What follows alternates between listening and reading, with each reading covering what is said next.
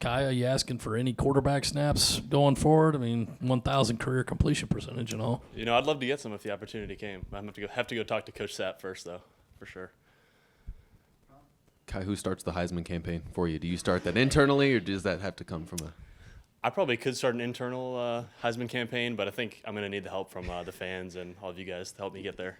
And I guess how nice has it been to have this special teams unit kind of been making plays and putting the offense and defense in positions to have some success for you guys? I think it's been game-changing, honestly.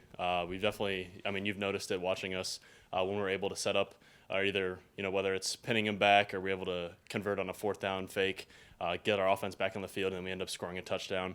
It's a big play for us, big momentum swing for sure. Definitely takes the air out of the opponent. Any kind of, excitement they might have had they're going to get the ball back, just, deflates them and gives us the ball. Kai, how much do you actually practice throwing the football? Like, is that 2-3 throws a day? Is it like? It's every day I definitely throw. I always, when I do my punting warm-up and stretch, then me and Hunter will get together and throw. We start close and end up just backing up and just letting them rip. Probably about 10 minutes or so. So probably 30 throws a day, I'd say, 30 to 40. Kai, going to Tonka on that fake field goal, did you guys practice that connection at all? Obviously, neither of you are offensive players, so what was that dynamic like on the field? Yeah, we practiced it during the week, and it worked every time we practiced it, whether it was just me, the snapper, and Tonka, or we had the whole team together running it. It worked, and he was wide open.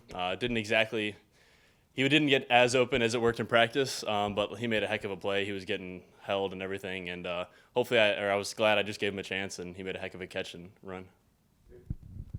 And Kai Tonka said that maybe he had a little trouble getting off of his block at first. So did you see that? Did you put a little more air under the ball intentionally? Yeah, so when I got up and turned, I saw the guy just kind of all over him behind him, and so I thought, well, okay, might as well just give him a little touch pass, and hopefully that gives him a better chance. And so I tried to do that as best as I could, and it worked out perfectly. Does breakfast taste a little sweeter this week now that y'all got the bowl eligibility locked up from that win? Definitely tastes sweeter. We're definitely happy to be where we are. But like Coach Beamer always says, job's not done. We're happy to be. At least we've reached last year's win total with still more opportunities to go. So we're definitely striving to win out and do the best we can and make a great bowl game. Kai, not every place you go to is going to be as loud as probably the Swamp is this weekend. How do you mentally prepare yourself when you know you're in that kind of a hostile environment, in a situation where you have to get a kickoff? Yeah, it definitely makes a difference. I'd say more so on field goals for sure.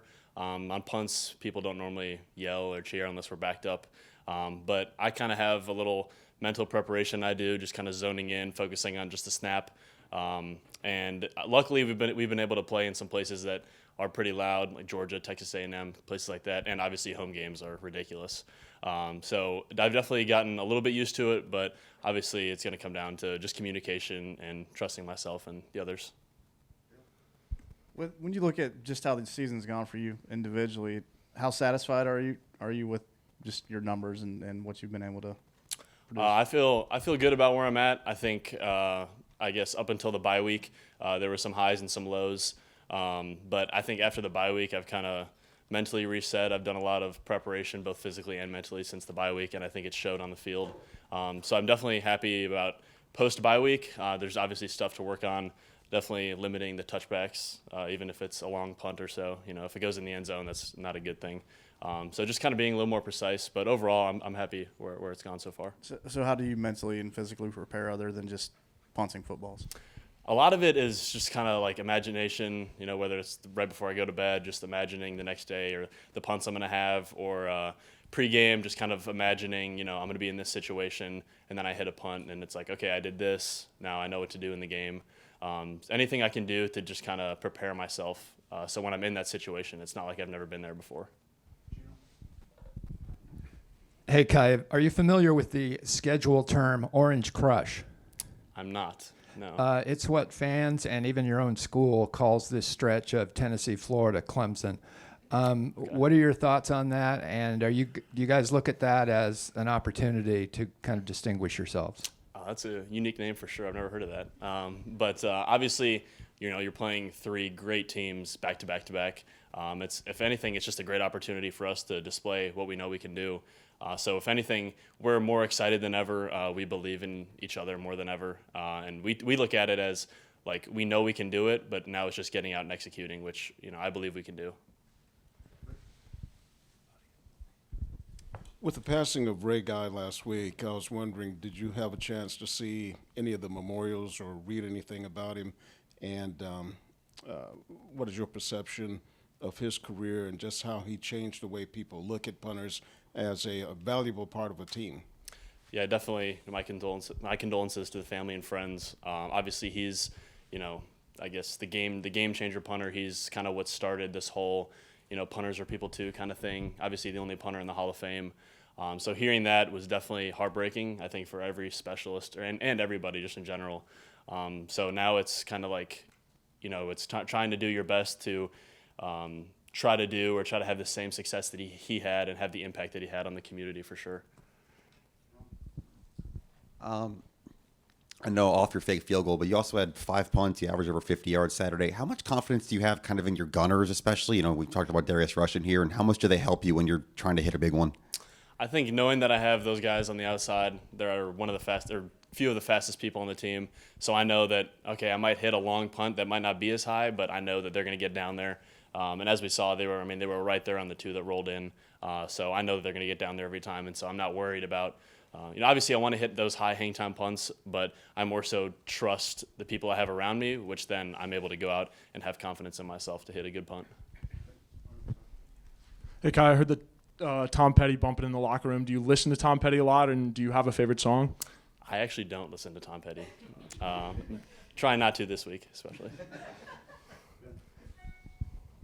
Kai, I guess you kind of touched on it, but I think your yards per punt average is up, I think, 3-4 yards, give or take, this year. I guess, is there anything you accredit that to? Is it just a matter of offseason improvement? I guess, what have you kind of seen in terms of being able to maybe get a couple extra yards on your kicks? I think it's definitely been more so. A lot of it is I've added a few pounds, even though it might be hard to tell. So I feel more confident in my, body right now. Obviously, I'm still trying to put on weight, but that's given me the confidence to not just kind of feel like a string being out there, not feeling powerful or something like that. So now I'm confident every time I go out there.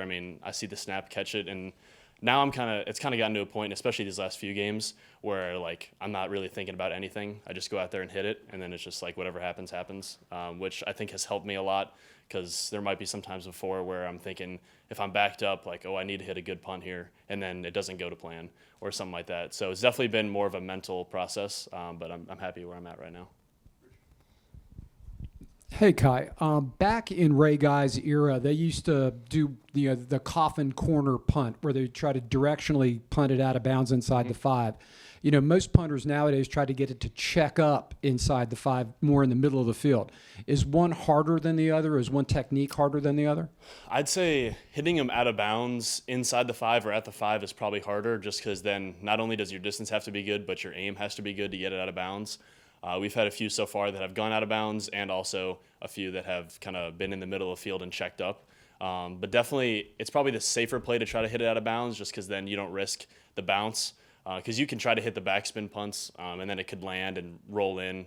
It's really, you can control it as much as you can, but at the same time, once it's in the air, you don't really know how it's going to bounce for sure. So I'd like to aim it as close as I can to the sideline, and then try to hit that backspin just as precautionary. Kai, what went into you being on the hands team for onside kick? Like Coach Limbo said, I probably catch the most balls in the building. I like to take pride in that. And so I felt confident going out there if the ball were to come to me. And, I knew pretty much as soon as we got out there, they had the 2 kickers out there, and I knew the main kicker was coming our way. I think it was just probably a little bit – I misjudged it, and I could have came up and been more aggressive. I still got to get those, the fear of getting hit out maybe a little bit. Not high school. These guys are much bigger.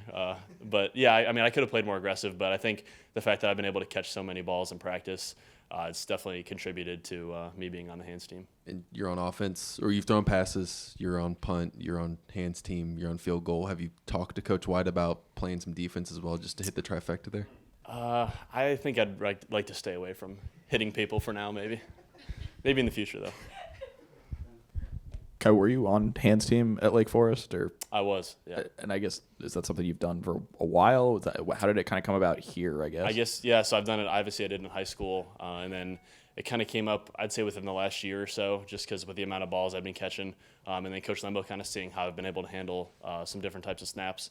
So then he kind of puts me in and sees how I do in practice, and then, if I catch it, great. And I've caught a few in practice in the team reps, which has given me some confidence, and the guys obviously like to see us catching it out there.